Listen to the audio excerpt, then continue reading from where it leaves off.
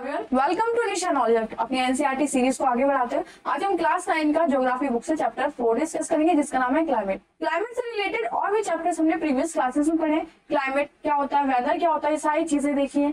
किस तरह से क्लाइमेट और वेदर अफेक्ट होते हैं, ये सारी चीजें हमने देखी। मॉनसून क्लाइमेट क्या होता है, मॉनसून विंड्स क्या होती है, ये सारी चीजें हम प्रीवियस क्लासेस में पढ़ चुके हैं। जिस किसी ने भी ये वीडियोस नहीं देखी है तो वो जाके देख सकते हैं, ताकि इस वीडियो में जो भी हम पढ़े वो सारी चीजें हमें पीछे से रिलेट हो सके।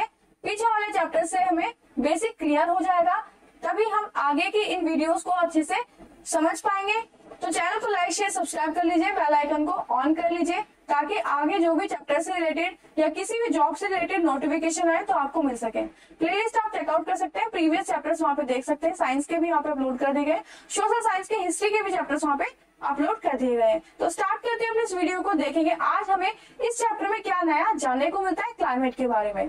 पिछले चैप्टर्स में हमने लैंडफॉर्म्स और ड्रेनेज सिस्टम के बारे में पढ़ा, जिसमें हमने बहुत सारे रिवर्स के बारे में, उनके पैटर्न के बारे में, उनके बेसिन के बारे में हमने पढ़ा। लैंडफॉर्म्स किस तरह के होते हैं, किस वजह से, कौन कौन से फैक्टर्स अफेक्ट करते हैं, किस फैक्टर से लैंडफॉर्म्स बनते हैं, वो सारी चीजें हम प्रीवियस चैप्टर्स में पढ़ चुके हैं। इस चैप्टर में हम एटमॉस्फेरिक कंडीशंस के बारे में पढ़ेंगे, जो हमारी कंट्री में प्रिवेल होती है, हमारी कंट्री में ऑब्जर्व की जाती है। देखेंगे हमें दिसंबर में वूलन कपड़े पहनने पड़ते हैं, लेकिन अगर यही कपड़े हम मई जून में पहने तो ये कितना अनकंफर्टेबल हो जाएगा। तो ये क्या है, वेरिएशन है क्लाइमेट में, कि जो सर्दियां हैं उनमें हम गर्म कपड़े पहनते हैं तो हमें कंफर्टेबल फील होता है, लेकिन जून जुलाई के मंथ में इतनी गर्मी होती है कि हम बहुत ज्यादा हल्के कपड़े पहनते हैं।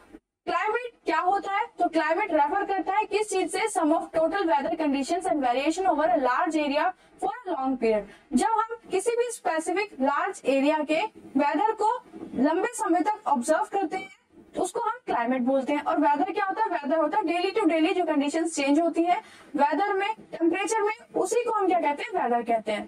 तो वेदर के और क्लाइमेट के जो एलिमेंट्स है वो सेम होते हैं। दैट इज क्या क्या होता है, temperature, atmospheric pressure, wind, humidity और प्रेसिपिटेशन।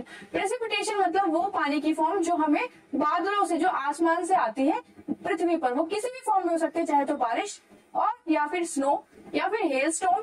तो ये सारी चीजें प्रेसिपिटेशन में आती है। हम ऑब्जर्व करेंगे कि एक दिन में कितने बार मौसम बदलता है, कभी बारिश हो जाएगी, कभी धूप निकल जाएगी, कभी तेज हवा चलने लगेगी, तो कभी कभी बिल्कुल भी हवा नहीं होगी। तो ये सारी चीजें हम ऑब्जर्व करते हैं। कुछ कॉमन पैटर्न हम ऑब्जर्व करेंगे फ्यू वीक्स और मंथ्स तक। तो हम ऑब्जर्व करेंगे कि एक हफ्ते में किस तरह से टेम्परेचर में चेंज आ रहा है, एटमॉस्फेरिक प्रेशर में चेंज आ रहा है। ये वेदर जो कंडीशंस है वो डे टू डे भी चेंज होती है। पूरे दिन में आपको कूल और हॉट दोनों ही टेम्परेचर ऑब्जर्व करने के लिए मिल जाएंगे। विंड और काम वेदर, क्लाउडी और ब्राइट, वेट और ड्राई। तो इन कंडीशंस के हिसाब से, इन एटमॉस्फेरिक प्रेशर और कंडीशंस के हिसाब से एक साल को सीजन में बांटा गया है, जैसे कि विंटर, समर और रेनी सीजन। तो ये हमने कैसे किया, जब हमने सालों तक इस चीज को, वेदर को ऑब्जर्व किया, उसके बाद हमने ये देखा कि रेनी सीजन होता है, विंटर सीजन होता है, समर सीजन होता है। ये टेम्परेचर का एक टाइप हो गए। तो इस तरह से 3 सीजन में हमने पूरे साल को बांट दिया कि इस समय से इस समय तक ये सीजन होगा, इस समय से इस समय तक ये सीजन होगा, और इनमें पर्टिकुलर ये कंडीशंस हमें इन्वायरमेंट में मिलेगी। पूरा वर्ल्ड डिवाइडेड है नंबर ऑफ क्लाइमेटिक रीजन्स में, जिसमें से जो इंडिया है, इंडिया में सबसे ज्यादा यहाँ पे क्लाइमेटिक कंडीशंस वेरी करती है। सारी ही ऑलमोस्ट क्लाइमेटिक कंडीशंस यहाँ पे ऑब्जर्व की जाती हैं। जो वर्ड मॉनसून है वो ड्राइव हुआ है अरेबिक वर्ड मौसम से, जिसका लिटरली मीन्स क्या है, सीजन। मॉनसून रेफर करता है सीजनल रिवर्सल विंड डायरेक्शन पूरी ईयर में। अब मॉनसून क्या होता है ये हम प्रीवियस चैप्टर में पढ़ चुके हैं। कोई भी डाउट आता है तो कमेंट करके पूछिएगा जरूर, और प्रीवियस वीडियोस को आप देख सकते हैं ताकि आपका बेस क्लियर हो सके, और ये जो हम हायर क्लासेस की तरफ बढ़ रहे हैं वो सारे आपको समझ आ सके। तो मॉनसून में क्या होगा, जो पूरी साल हवाएं चलती हैं वो हम देखते हैं। The climate of India, India का जो क्लाइमेट है वो मॉनसून टाइप क्लाइमेट है। इंडिया में, एशिया में इस तरह के क्लाइमेट साउथ और साउथ ईस्ट रीजन में पाया जाता है। इवन जब हम इंडिया में देखेंगे तो पूरी इंडिया में ये जो मॉनसून है वो वेरी करता है नॉर्थ से साउथ तक। इवन सिर्फ इंडिया में देखें, इंडिया के अलग अलग रीजन में ये मॉनसून, ये क्लाइमेटिक कंडीशंस वेरी करती हैं। पूरी इंडिया में आपको जगह जगह अलग अलग टेम्परेचर, क्लाइमेटिक कंडीशंस ऑब्जर्व करने को मिलेंगी, जिसमें से हम 2 एलिमेंट्स लेते हैं, टेम्परेचर और प्रेसिपिटेशन, और देखते हैं कि प्लेस टू प्लेस, एक जगह से दूसरी जगह किस तरह से ये वैरी करते हैं और सीजन टू सीजन किस तरह से ये चीज वैरी होती है। हम देखेंगे कि समर्स में जहां राजस्थान में टेम्परेचर 50 डिग्री सेल्सियस पहुंच जाता है, वहीं जम्मू कश्मीर के पहलगाम में ये टेम्परेचर 20 डिग्री होता है। विंटर्स में जो नाइट का टेम्परेचर जम्मू कश्मीर के दास रीजन में वो -45 डिग्री तक चला जाता है और वहीं त्रिवेंद्रपुरम में ये टेम्परेचर 22 डिग्री सेल्सियस ऑब्जर्व करने को मिलता है। कुछ जगह पर डे और नाइट का जो टेम्परेचर का डिफरेंस है उसमें भी बहुत ज्यादा वाइड डिफरेंस मिलता है, जैसे कि थार डेजर्ट में दिन में 50 डिग्री सेल्सियस होता है तो रात में ये टेम्परेचर 15 डिग्री सेल्सियस तक गिर जाता है।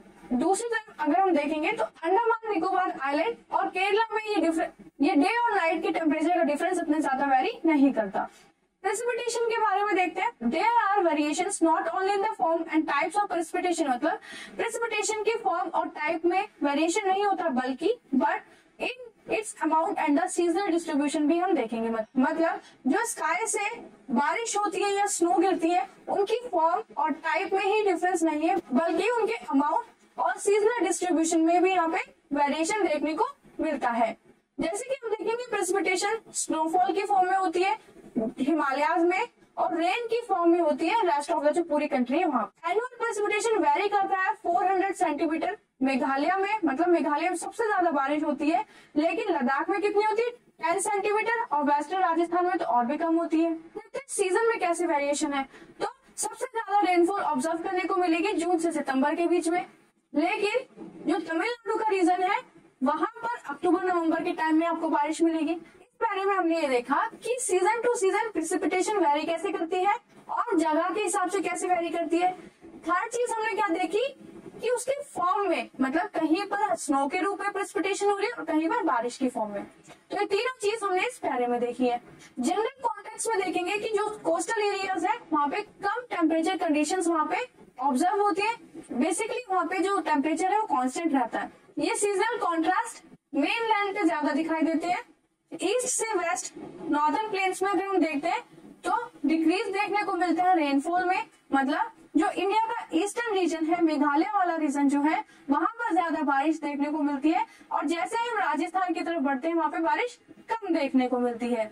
यही फिर वेरिएशंस पानी के हिसाब से और पानी की डिपेंडेंसी के हिसाब से या रेनफॉल पैटर्न के हिसाब से ये वेरिएशन और चीजों में भी देखे जाते हैं कि जो लोग रहते हैं अलग अलग रीजन में वो जो खाना खाते हैं वो किस तरह से अलग है, वो जो कपड़े पहनते हैं वो कैसे एक दूसरे जगह से अलग है और वो किस तरह के घर में रहते हैं वो घर के पैटर्न भी एक जगह से दूसरी जगह के रीजन में आपको डिफरेंस मिलेगा। जैसे मेघालय रीजन के जो आपको घर मिलेंगे वो आपको इस तरह के रूफ के मिलेंगे, उनके घरों की छत इस तरह से होगी क्योंकि वहाँ पे बारिश बहुत होती है तो पानी जितना भी आएगा वो छत पे ना रुक के वो नीचे बह जाएगा।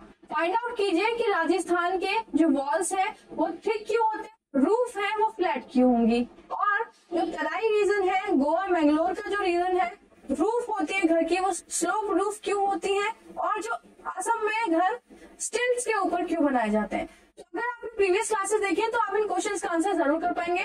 अगर आपको कोई भी प्रॉब्लम आती है तो कमेंट कीजिएगा। नेक्स्ट देखते हैं क्लाइमेटिक कंट्रोल्स।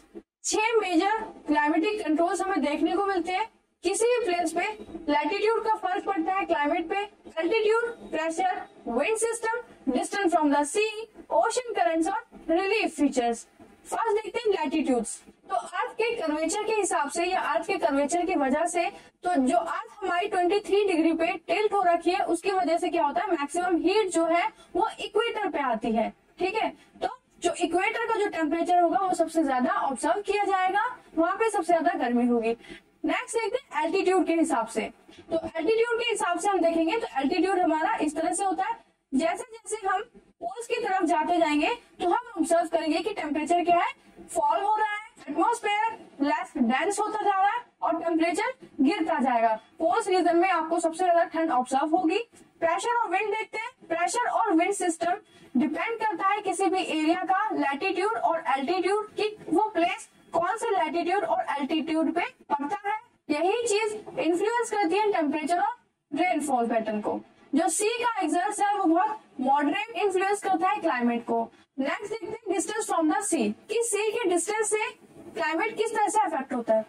सी के आसपास जितनी भी सिटीज होंगी या जो एरिया होगा वहां पर आपको जनरली जो टेम्परेचर होगा वो कांस्टेंट मिलेगा, वहां के जो टेम्परेचर कंडीशंस है वो कांस्टेंट मिलेगी। लेकिन ये डिस्टेंस जैसे जैसे सी से बढ़ता जाएगा उतनी ही दूर जाते जाते ये जो वेदर कंडीशंस है वो एक्सट्रीम हो जाएंगी। इस तरह की कंडीशंस को कहते हैं कॉन्टिनेंटलिटी। से क्वेश्चन पूछ सकते हैं कि कॉन्टिनेंटलिटी क्या होता है। तो डिस्टेंस फ्रॉम द सी जहां पर हम एक्सपीरियंस करेंगे एक्सट्रीम वेदर को, जैसे कि जो ये पेनिनसुलर रीजन है ये हमारे सी के आसपास है, लेकिन जो नॉर्थ वाला पोर्शन है जहाँ पे हरियाणा राजस्थान है यहाँ पे आसपास सी नहीं है, तो आप क्या देखेंगे समर्स में बहुत ज्यादा गर्मी ऑब्जर्व करने को मिलेगी और जम्मू कश्मीर वाले रीजन में बहुत ज्यादा हार्श एक्सट्रीम सर्दियां यहाँ पे पड़ती हैं। नेक्स्ट देखते हैं ओशन करंट्स। तो ओशन करंट जो होते हैं वहां से ऑन शोर विंड बहती है, हवाएं बहती हैं जो अफेक्ट करती है कोस्टल एरियाज के क्लाइमेट को। जैसे कि एग्जांपल में दिया हुआ है any coastal area with warm और cold current flowing past it will be warm और cold if the winds are on shore. अगर हवाएं समुद्र से लैंड की तरफ फ्लो करती हैं ठंडा टेम्परेचर ऑब्जर्व करने को मिलेगा, क्योंकि वो हवाएं अपने साथ पानी लेकर आती है, पानी कैरी करके लाती हैं। लेकिन अगर यही हवाएं लैंड से ओशन की तरफ मूव करेंगी तो वार्म टेम्परेचर ऑब्जर्व होगा, क्योंकि हवाएं गर्म होंगी, उनके पास पानी नहीं होगा। इनको हम लैंड और सी ब्रीज भी बोलते हैं। तो हमने प्रीवियस क्लासेस में पढ़ा है कि लैंड ब्रीज क्या होती है, सी ब्रीज क्या होती है। फाइंड आउट में आपको बोला हुआ है why most of the world deserts are located in the western margin of the continent in the subtropics. ज्यादातर जो वर्ल्ड के डेजर्ट्स हैं वो वेस्टर्न मार्जिन में क्यों सिचुएटेड है किसी भी कॉन्टिनेंट के। मतलब आप क्या देखेंगे इंडिया में जो डेजर्ट है वो राजस्थान साइड है, ठीक है, ये भी कहाँ है वेस्ट साइड है। साउथ अफ्रीका का जो डेजर्ट है वो भी किस साइड है वेस्ट साइड है। तो ऐसा क्यों होता है ये, तो इसका रीजन लैंड और सी ब्रीज की जो हवाएं हैं उन्हीं की वजह से होता है। तो इस मैप के थ्रू देखते हैं हवाओं का पैटर्न। तो यहाँ पे दिया हुआ है कि 5 जून और 1 जून से जो हवाएं चलती हैं वो आपको कैसे मिलेंगी, सी ब्रीज मिलेंगी, जिन हवाओं के पास खूब सारा पानी होगा और वो रिस्पॉन्सिबल होंगी रेन सीजन का। और ये जो हवाएं यहाँ पे लैंड ब्रीज से सी ब्रीज की तरफ जा रही है उनके पास पानी नहीं होगा, तो ये गर्म हवाएं होंगी जो रिस्पॉन्सिबल नहीं होंगी रेन कराने के। नेक्स्ट देखते हैं रिलीफ किस तरह से रोल प्ले करता है किसी भी जगह के क्लाइमेट को डिटरमाइन करने में। एग्जाम्पल में लेते हैं जो हिमालयन माउंटेन्स हैं। हिमालयन माउंटेन्स एक बैरियर क्रिएट करते हैं जो साइबेरिया से ठंडी हवाएं आती हैं उनसे, जो कि इंडिया में इतनी नहीं पहुंच पाती, जिसकी वजह से नॉर्थ रीजन में इतनी ज्यादा ठंड नहीं पड़ती है। सेकंड एग्जाम्पल ले लेते हैं वेस्टर्न घाट्स का। कुछ माउंटेन्स ऐसे होते हैं जो कि हवाओं का बैरियर क्रिएट करते हैं, जो हवाएं बारिश लेकर आ रहे होते हैं, पानी अपने साथ लेकर आ रहे होते हैं। जैसे कि जो वेस्टर्न घाट है इंडिया का, यहाँ पर हमारे वेस्टर्न घाट है और यहाँ से जो हवाएं आती हैं जो सी से ओशन से जो हवाएं पानी लेकर आ रही होती हैं वो क्या करती हैं, वो फेस करती हैं इन बैरियर्स को अपने सामने, जिसकी वजह से क्या होता है जो ज्यादातर बारिश है वो इस साइड हो जाती है। जहां पर ज्यादा बारिश होगी वहां पे वेजिटेशन बहुत सारी पाई जाती है।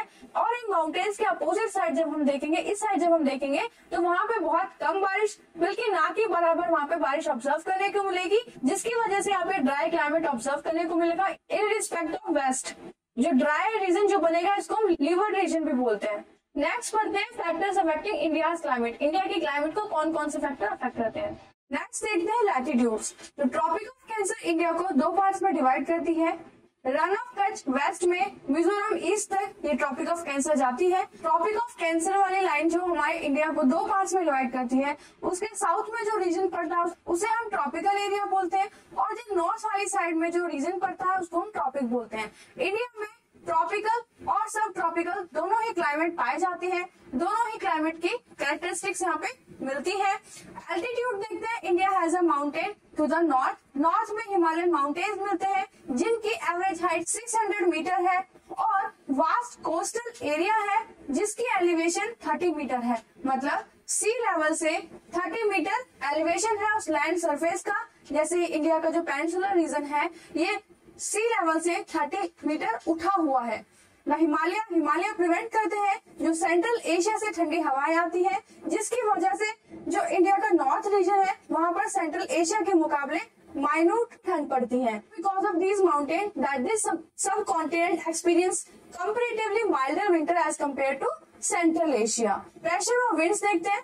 The climate And associated weather conditions in India are governed by pressure and surface winds, upper air circulation, western cyclonic disturbance and tropical cyclones। तो ये सारी चीजें हम इलेबोरेट करके अच्छे से ब्रीफ में पढ़ेंगे इसी चैप्टर में।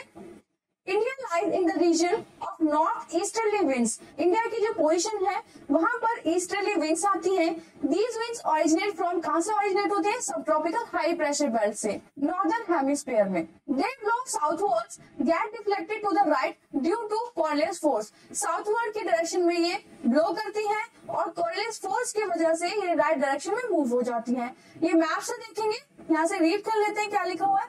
And move towards the equatorial low pressure area. Generally these winds carry little moisture as they originate and blow over land, therefore they bring little no rain और hence they should have been at land। तो ये वाली जो हवाएं होती है ये land से उठना शुरू होती है, लैंड से ओरिजिनेट होती है, जिसकी वजह से इनके पास मॉइस्चर नहीं होता और ये बारिश नहीं कर पाती है। तो देखते हैं इस पैरे में क्या लिखा है। ये है अर्थ और ये है इक्वेटर लाइन जो अर्थ को दो पार्ट्स में डिवाइड करती है। ये है ट्रॉपिक ऑफ कैंसर, यहाँ होती है ट्रॉपिक ऑफ कैप्रिकॉर्न। ये होता है हमारा सब ट्रॉपिकल रीजन। जैसे जैसे हम नॉर्थ के रीजन में जाते हैं वहाँ ठंड ज्यादा होती है, जहाँ पर हाई प्रेशर बेल्ट बनती है। हमेशा याद रखिए कि जो विंड का डायरेक्शन होगा वो हाई प्रेशर से लो प्रेशर की तरफ मूव करेगा। तो ये हाई प्रेशर होने की वजह से ये जो विंड्स हैं ये लो प्रेशर की तरफ मूव करती है। They blow southwards, get deflected to the right due to the Coriolis force. और जो हमारी अर्थ सन का चक्कर लगाती है उसकी वजह से एक फोर्स जनरेट होता है, कोरियोलिस फोर्स, जिसकी वजह से ये हवाओं का जो मूवमेंट है वो राइट की तरफ शिफ्ट हो जाता है। जैसे मान लीजिए यहाँ से ये हवाएं चल रही थी इस तरह से और कोरियोलिस फोर्स की वजह से इस तरह से ये मूव हो जाती है। उसके बाद इक्वेटर पे भी प्रेशर कम होता है जिसकी वजह से हवाएं फिर ऊपर उठ जाती है। गर्मी बहुत ज्यादा होती है इक्वेटर पे। इक्वेटर के जो ऊपर वाला रीजन होता है उसे हम नॉर्दर्न हेमिस्फीयर बोलते हैं और जो साउथ वाला पार्ट होता है उसे हम क्या बोलते हैं? साउदर्न हेमिस्फीयर बोलते हैं। आगे देखते हैं फोर्स क्या होता है। एक अपेरेंट फोर्स होता है जो कि अर्थ के रोटेशन की वजह से कॉज हुआ है। कोरियोलिस फोर्स रिस्पॉन्सिबल होता है किसके? विंड के डिफ्लेक्शन के लिए राइट डायरेक्शन में नॉर्थ साइड से, मतलब नॉर्दर्न हेमिस्फीयर में जो विंड ब्लो करती है उनको राइट डायरेक्शन में मूव करने का जो रिस्पॉन्सिबल फोर्स होता है वो होता है Coriolis force. Towards the left in the southern hemisphere this is known as Ferrel's law. इसी को हम क्या बोलते हैं? फेरस लॉ बोलते हैं। जैसे हमने देखा था कि इक्वेटर से जो हवाएं उठेगी, मतलब या साउथ से जो हवाएं हाई प्रेशर से लो प्रेशर की तरफ जाएंगी, इसी कोरियोलिस फोर्स की वजह से ऐसे होने चांस नहीं था, लेकिन कोरियोलिस फोर्स की वजह से वो क्या होंगी? लेफ्ट में मूव हो जाती हैं। The pressure and the wind conditions over India are unique. India की जो प्रेशर और विंड कंडीशंस है वो सबसे यूनिक है। विंटर में आप क्या देखेंगे? हाई प्रेशर बनेगा हिमालयाज में, हिमालयाज के नॉर्थ में ड्राई विंड्स ब्लो करेंगी, लो प्रेशर एरिया बनेगा और साउथ में लो प्रेशर एरिया बनेगा ओशियंस में। समर में क्या देखेंगे? समर में लो प्रेशर एरिया बनेगा over interior Asia as well as over northern western India. तो नॉर्थ वेस्ट में, इंडिया के नॉर्थ वेस्ट में लो प्रेशर एरिया बनेगा जिस cause a complete reversal of direction of winds during summer. Next देखते हैं the pressure and wind condition over India unique. India में pressure और विंड कंडीशंस बहुत ज्यादा यूनिक हो जाती है। कैसे?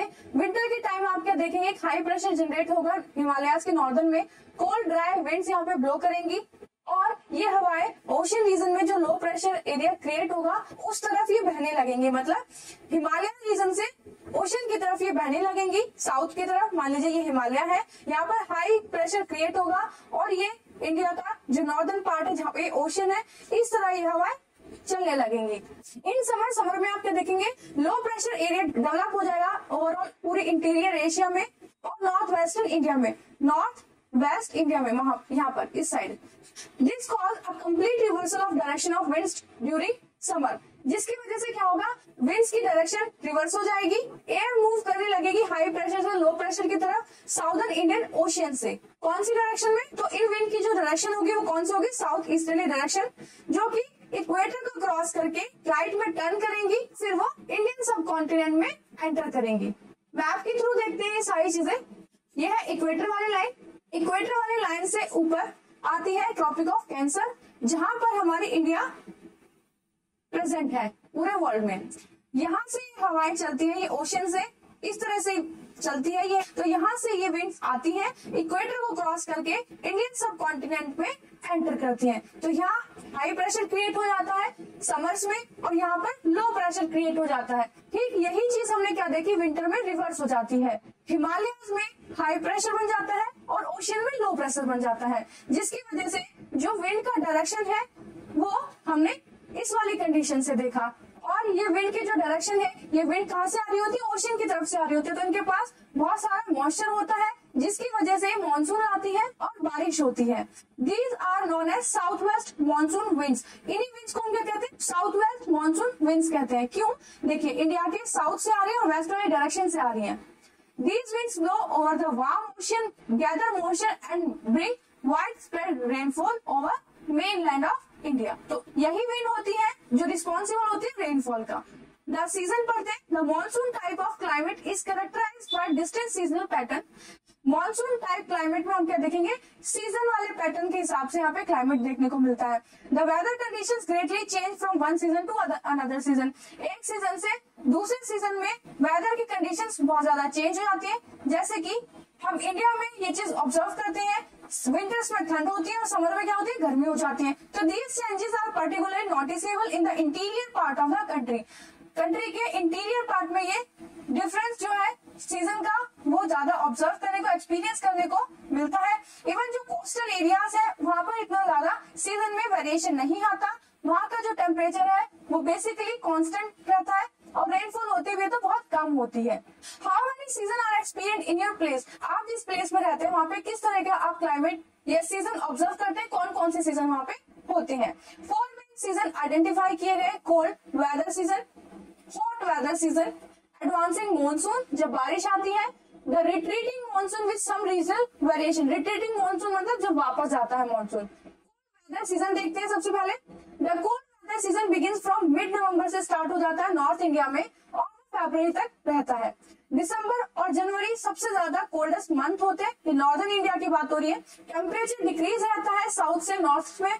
The average temperature of Chennai on the eastern coast is between 24 degree से 25 डिग्री सेल्सियस। इसी वक्त अगर हम नॉर्दर्न प्लेस का टेम्परेचर देखते हैं तो वहाँ पर ठंड पड़ रही होती है, तो वहाँ का टेम्परेचर ऑब्जर्व करेंगे, एक्सपीरियंस करेंगे 10 डिग्री सेल्सियस से 15 डिग्री सेल्सियस। मतलब टाइम एक ही है लेकिन दोनों जगह अलग अलग टेम्परेचर ऑब्जर्व करने को यहाँ पे एक्सपीरियंस करने को मिल रहे हैं।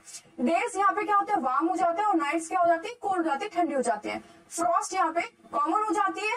फ्रॉस्ट मतलब जो ओस पड़ती है, धुंध जो होती है।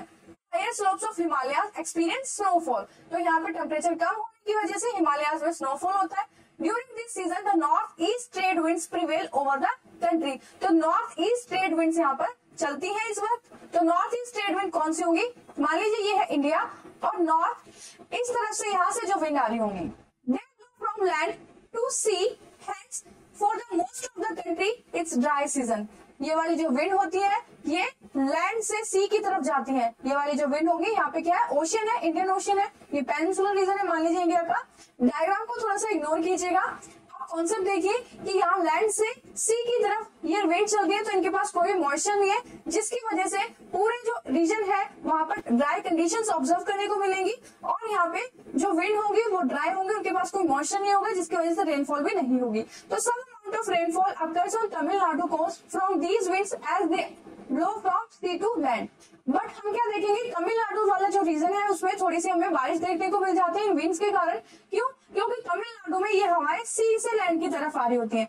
तो देखिए ये है इंडिया, ठीक है, यहाँ पे पड़ता है तमिलनाडु। तो ये विंड इस तरह से इस डायरेक्शन में आ रही थी। तो तमिलनाडु के रीजन में जो विंड्स आई वो कहाँ से आई, सी लेवल से लैंड पे आई। तो इस वजह से यहाँ पे रेनफॉल हुई, मॉइस्चर था उस विंड्स के पास। आगे देखते हैं, in the northern part of the country a feeble high pressure region develop हो जाता है नॉर्थ पार्ट में with light wind moving outward from this area. तो यहाँ पे बहुत कम हवाएं चलने लगती है। Influenced by the relief these winds blow through Ganga valley from the west and the north west. तो ये विंड डायरेक्शन की बात हो रही है कि ये गंगा के वेस्ट की तरफ ये ब्लो करने लगती है। हवाएं हल्की हो जाती है, मॉइस्चर नहीं होता उनके पास, हवा लाइट होती है। The weather is normally marked by clear sky होंगे इस वक्त, लो टेम्परेचर होगा, ह्यूमिडिटी भी कम होगी, स्टेबल वेरिएबल विंड्स होंगी। तो हमने क्या देखा कि ये जो हवाएं नॉर्थ ईस्ट से आ रही थी, इनकी वजह से नॉर्थ में ड्राई कंडीशंस बन रही थी और साउथ में तमिलनाडु रीजन में यहाँ पे इन्हीं विंड्स के कारण बारिश हो रही है। तो नॉर्थ रीजन में जो विंड होंगी लाइट होंगी, ड्राई होंगी, स्काई क्लियर होगा, मॉइस्चर बहुत कम होगा। तो ये सारी चीजें यहाँ पे नॉर्थ ईस्टर्न विंड के बारे में बताई हुई है। एक characteristic feature of the cold weather season over northern plains is the inflow of cyclonic disturbance from the west and the north west. तो नॉर्थ वेस्ट और वेस्ट की तरफ से जो विंड्स आ रही होती है उनकी वजह से कोल्ड वेदर में साइक्लोनिक डिस्टर्बेंस होती है। जैसे कि ये है पूरी अर्थ, ये है इक्वेटर, ये है ट्रॉपिक ऑफ कैंसर, यहाँ पर है इंडिया, और ये जो मेडिटेरियन रीजन है यहाँ से ये हवाएं आती है। ठीक है, ये हवाएं इस तरफ से आती हैं। This low pressure system originate over the Mediterranean sea से ये लो प्रेशर यहाँ पे जनरेट होता है and western Asia move into India. तो हमने देखा यही कंडीशन यहाँ पे लिखी हुई है कि मेडिटेरियन सी से ये हवाएं इंडिया की तरफ मूव करती हैं अलॉन्ग विद वेस्टर्ली फ्लो। इनको क्या बोलते हैं? Westerly flow. Along with westerly flow, they cause the much needed winter rains over the plains and snowfall in the mountains. इन्हीं की वजह से विंटर्स में रेन और स्नोफॉल देखने को ऑब्जर्व होती है माउंटेन रीजन में। All the amount of winter rain locally known as Mahawar is small. तो जो टोटल अमाउंट होता है इस रेनफॉल का जो विंटर में हुई है इनको महावार बोलते हैं और ये बहुत कम होती है अमाउंट में।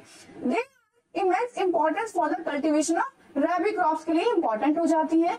The peninsular region does not have a well-defined cold season. जो इंडिया का पेनिनसुलर रीजन है वहां पर इस तरह से कोल्ड सीजन ऑब्जर्व करने को, एक्सपीरियंस करने को नहीं होता। There is hardly any noticeable seasonal change in temperature pattern during winter due to the modern influence of sea. sea की तरफ से जो हवाएं आ रही होती है, सी ब्रीज जो चल रही होती है, उन्हीं की वजह से आसपास का जो रीजन है उस रीजन में टेम्परेचर पैटर्न और क्लाइमेटिक कंडीशन ऑब्जर्व करने को मिलती है।